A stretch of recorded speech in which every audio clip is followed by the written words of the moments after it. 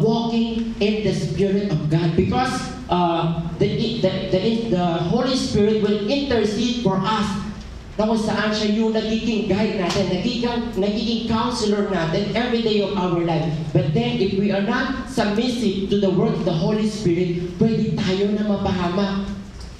Because Satan will attack us, will put into our mind na kung saan it will move us or it will drive us away from God. So are you aware on it? Na usually kapag nandun na tayo sa ating trabaho, hindi po ba? We must be always alert because the enemy will come to steal, to kill, and destroy. Diba? Kung merong pumapatay ng buhay, meron namang nagbibigay ng buhay. Diba sabi ng John 10:10, the enemy will come to steal, to kill, and destroy. But I have come, what? To give you life. And di pa doon natapos yan, and have it to the full. Hindi daw, kung merong kumukuha o sumisira ng buhay, meron namang kasalungan doon, contrary is, nagbibigay ng buhay. At saan po tayo doon? Siyempre doon po tayo. We are here para maranasan natin yung buhay na nais ng Diyos sa ating buhay. Amen po ba doon? And this morning, so sabi po doon sa ating tema, next slide. So, but if we hope for what we do not yet have, we wait for it patiently. So as we wait for the Lord, for His second coming, nandito tayo sa mundo wherein the fallen world, the world is very deceiver. Diba? Sino po dito? Diba kung titignan niyo po yung takbo ng mundo ngayon? Dati-dati yung kalabaw, sinusugan ng tao. Ngayon makita mo si Pokemon, kinokontrol yung tao. Are you aware on it? Very deceiver. Lahat ng tao naghahanap kay Pokemon. And then, they lead them to accident. Makita niyo po sa Facebook, ang daming mga na-aksidente because of deceiver. The word deceive us. They are enjoying that they don't aware that they are struggling. They are enjoying but the path they are struggling. And that God want us to be aware on it, that we must walk in the Spirit of God every day of our life. We must submit to the work of the Holy Spirit. And what is that Holy Spirit? Diba? Sabi nga po, the Holy Spirit is the Spirit of truth.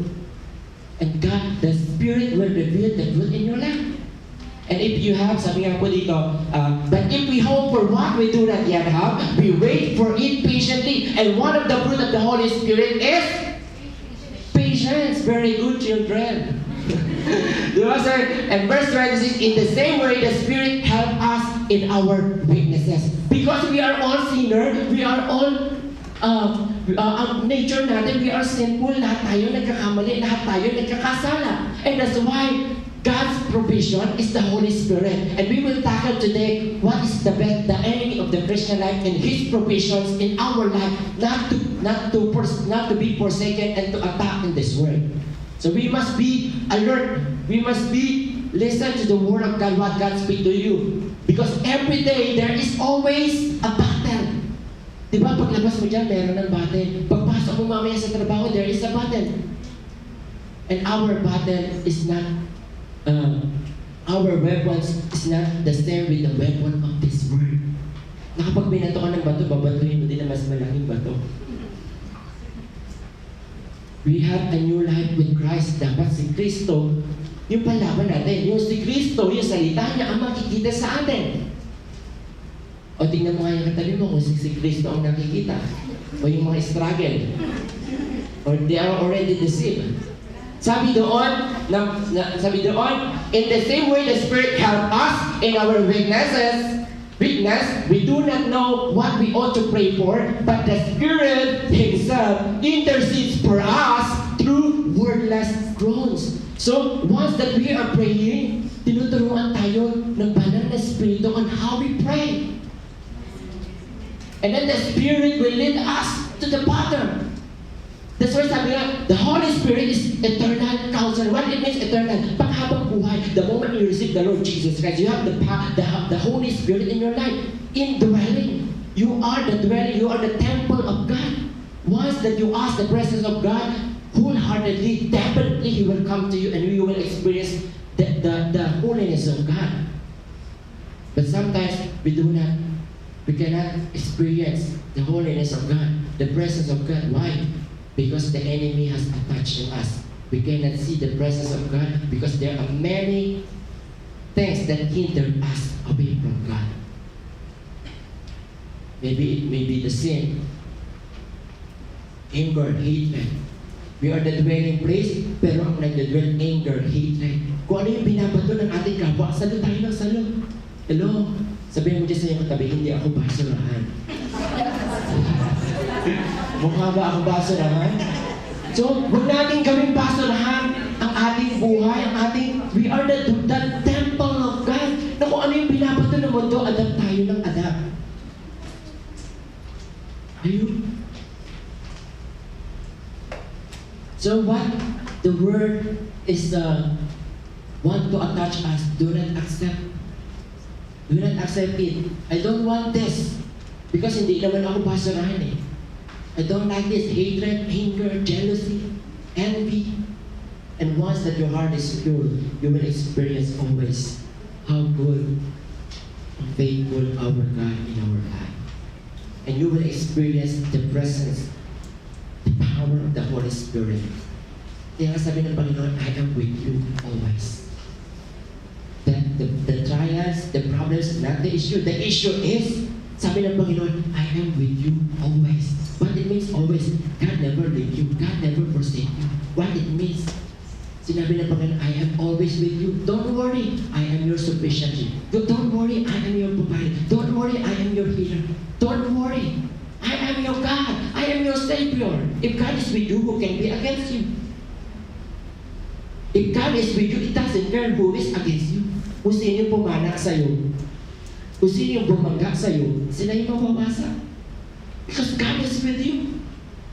I am your protector. Sino ang babangga sa'yo? Siya yung mawasak. Sino yung papana sa'yo? Pagbabawas na yan, sige, subukan mo, babalik sa'yo yan.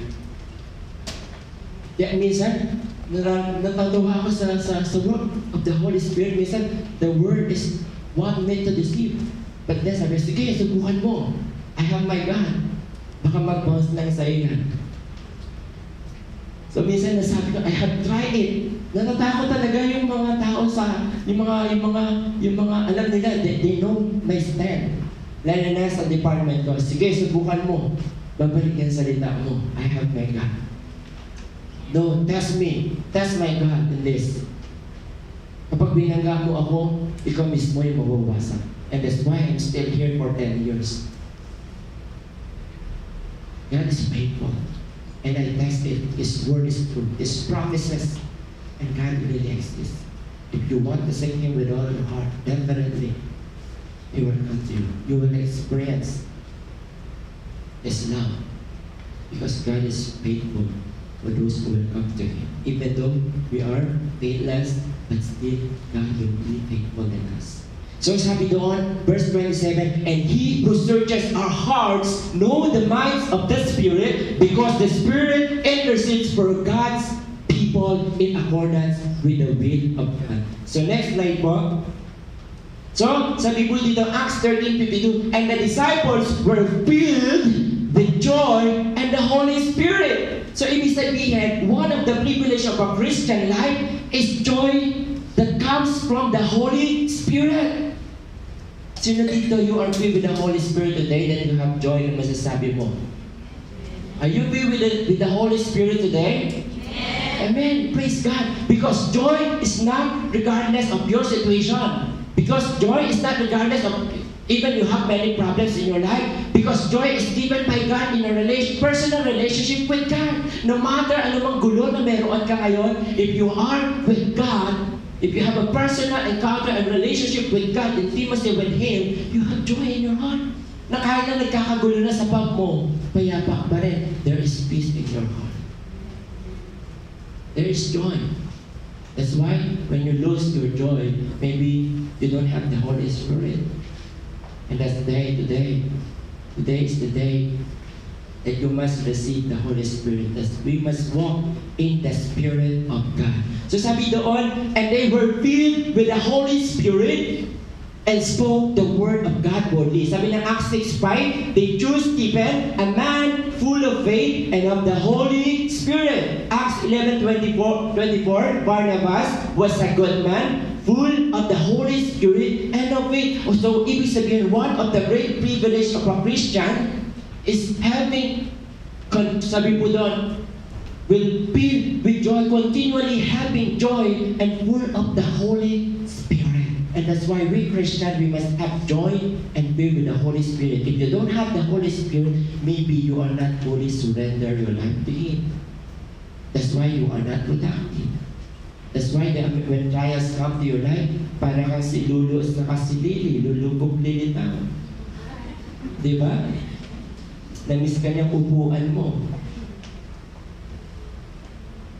So, we must always walk in the Spirit of God. Di ba po? Kapag sinabi yung nakita niyo po yung mga kadete, kapag sinabi mo, harap sa kanan na, harap sa kaliwa, yung graduation ng PMA, napakasarap tignan yung mga marching nila, sabay-sabay po ang kanilang mga lakad, pati paghakbang. Hindi po ba? Sino na po nakapanood ng graduation ng PMA? So, because they follow the commander. And when the Spirit of God say left, you will move left. And when the Spirit say right, you will move right. And when the Spirit say stop, you will stop. Because you can never move ahead from God. You must walk always in line in the Spirit of God. So next slide po. That is the title, Walking in the Spirit, Make It Happen. And I want you to ask a question. So, but before that, I want to tell a story na kung saan merong isang mag-ama na kung saan merong bagong sports car yung kanyang father. And then one day, nililinis niya yun. After niya nililinis yung sports car na yun, meron yung anak niya na siguro mga 5 years old, sinulatan yung kanyang sports car. And then nabigla siya. Nabigla siya during the time. So, nung nakita niya yung kanyang anak, pinalo niya yung kanyang anak. Hindi niya namalayan sa gamit niya. May dala pala siyang tools ng pang-car, ng car. So, hindi niya namalayan, natatanggal na pala yung mga daliri ng kanyang anak. Sinugod niya sa hospital. And then one day, sabi ng anak, Daddy, kailan mo babalik yung mga kamay ko? And then bumalik yung father niya doon sa sasakyan, sa sports car. Nakita niya, yung sinulat pala niya, I love you, Daddy. What is the connections? Sometimes we are deceived in the fallen world. Sino ba yung mas mahalaga? Diba? Yung anak mo, yung sports car. Isa, parang nakita ko sa mukha na yung sports car. Joke lang. So, diba, yung sports car, pwede palitan anytime, pwede nyo i-repaint eh. Pero yung kamay diba, hindi naman na-restore yung buhay. And how many lives can sit sa mga upuan na yan every Sunday. There are many lost souls na kailangan natin to win, especially this coming anniversary. Diba? We need to win more souls. We need to invest for eternity. We need to build that since, di ba? Lahat ng maraming, because God saved us, we will not be, hindi tayo dapat nagiging makasarili sa salvation na meron tayo. So, I ask you a question. Sabi doon sa drawing na yun, who is the driver or who is driving of our life? Is the Holy Spirit or are we driving our own life? Patulad po ng ama na sinatay niya yung kanyang anak. And this day, are you driving of your own life or is it the Holy Spirit that drives you? That drives your life to come here? So yun po yung tanong ni God. So, next slide po. Sabi din doon, so I say, walk by the Spirit and you will not gratify the desire of the flesh. So what is the promise when you walk by the Spirit? You will not gratify the desire of the flesh. You will not satisfy the desire of the flesh. Ano po ba yung yung last of the desire? Yun po yung mga enemies of a Christian life. So that is what we will tackle this morning. So, but the fruits, sabi po doon, but the fruits of the Spirit is love, joy, peace, perseverance, kindness, goodness, faithfulness, gentleness, self-control. Against such things, there is no law. Kaya kung minsan makita mo, Christian, ilang balis sa Taiwan eh. Because of the fruit of the Holy Spirit. Andun ang self-control, andun ang kindness, andun ang goodness, andun especially yung love. Pero kung wala kayong love sa'yo, nagtatrabaho mo na lang because of love of money. Kailangan ko magtrabaho. Kahit pag ako, kailangan ko mag-overtime. You are living in a fallen world. You are living with being deceived with the enemy. Diba? Parang sinasabi lang natin, I have my problem, my family, I don't care about my family, I don't care about other people. God doesn't love me. Yun yung mga ini-enjoy sa atin ni Satan eh. And that's why we must always be aware and walk in the Spirit of God. So, today we will talk about the enemies of a Christian life and God's provision for us. So next slide, sabi po doon, enemies of a Christian life. Number 1 is si Satan. So sabi po na si Satan, 1 Peter 5:8, be alert and be of sober in mind. Your enemy, the devil, prowls like a roaring lion looking for someone to devour. So si Satan, humahanap siya ng masisila. Humahanap siya ng ma-attack, and doon siya pupunta, hindi naman pupunta ng diskuhan yan dyan. Kasi pag-aari na niya yan. Bakit? Ano bang meron sa diskuhan, di ba? Wala naman maganda doon eh. Hindi naman pupunta ng inuman yun, pag-aari na lahat ng mga kaluluwa yun. Pupunta yan si Satan sa gawain ng Panginoon. Aba, si brother, si sister, parang ito yung dati kong tauhan doon na nag-return sa diskuhan na. Bakit nandito ngayon? So, I will attack it! Di ba? O parang ito yung galit na galit sa pamilya ng anak, kikipag-away doon sa overtime. Di ba? Bakit nandito siya ngayon? Nagre-repent. So, hindi pwede to. Di ba? Nandito ka, bibigyan mo, Satan will attack you. Sasabihin niya, he will remind you, mamaya, labit ka din sa leader mo, mamaya, puyat ka na naman, mamaya. Papagalitan ka na naman ng leader mo, mamaya, kung ano-ano yung i-inject sa atin for us, contrary to the Word of God.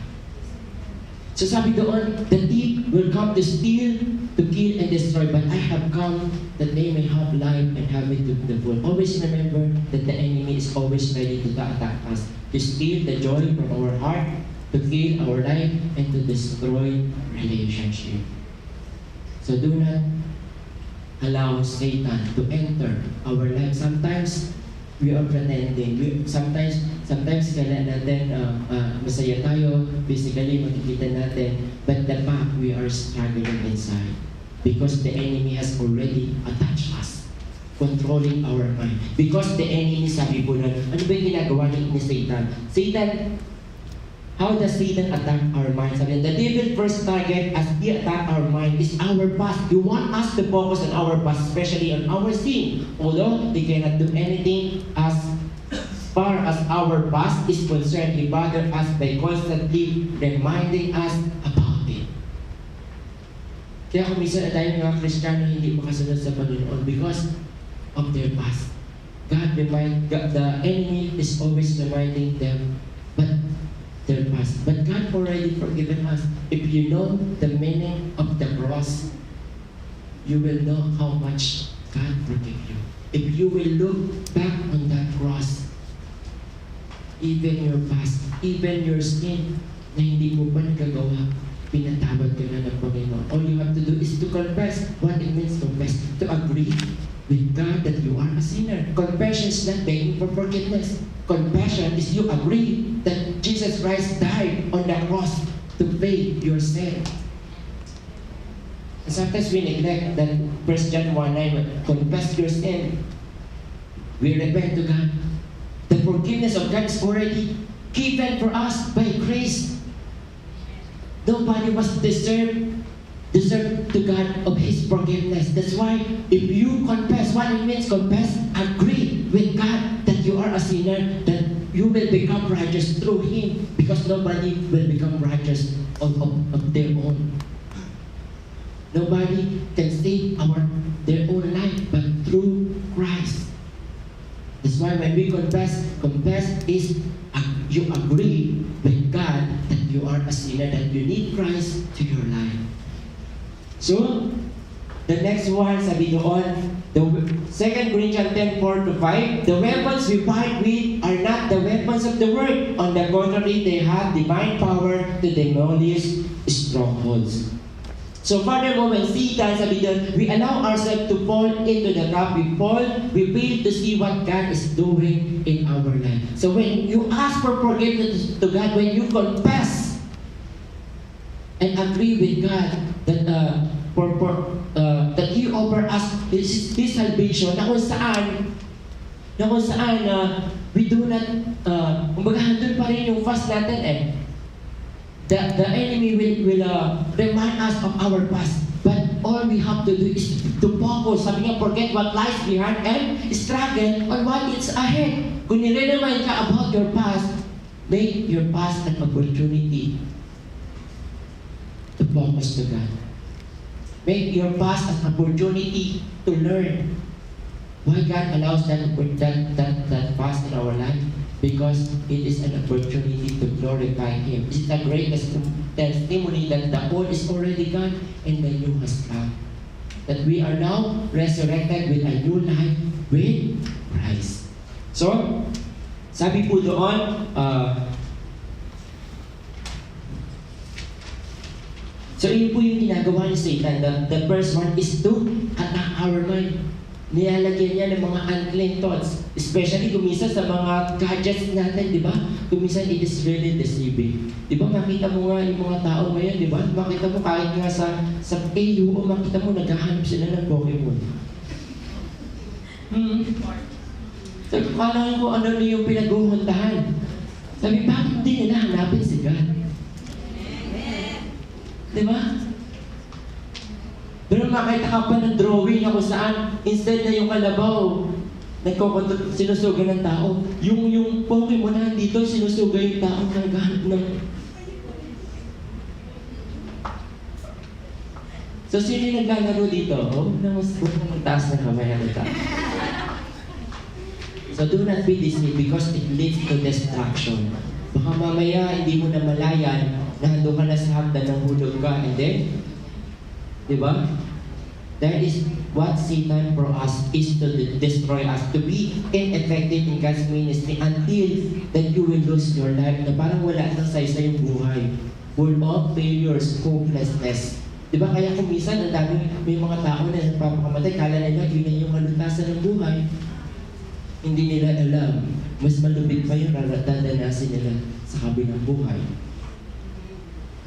So that's why we must always walk in the Spirit of God. So number 2 enemy is the Word. What it means the Word? Sabi ng 1 John 2:15, do not love the Word, nor things in the Word. If anyone loves the Word, the love of the Father is not in them. What it means by the Word? The value system of the Word. Ano ba yun yan? The Word promotes pain, di ba? Power, authority. Diba? Minsan yung mga politics, kahit ang daming pera na yan, tako sila sa position, they kill people just to put themselves to position. Tama man eh, lalo na especially sa Pilipinas. Di ba? So, the Word promotes the idea of you don't need God. You can do it on your own. The Word promotes love of money. Diba? The world is a deceiver. If you have money, you will be happy. You will have a relationship. You can do everything. That's not a lie. That is a lie. Don't believe the devil. Maybe you are happy today, but it doesn't mean you are happy at the end. You are happy until the end. So, di ba kung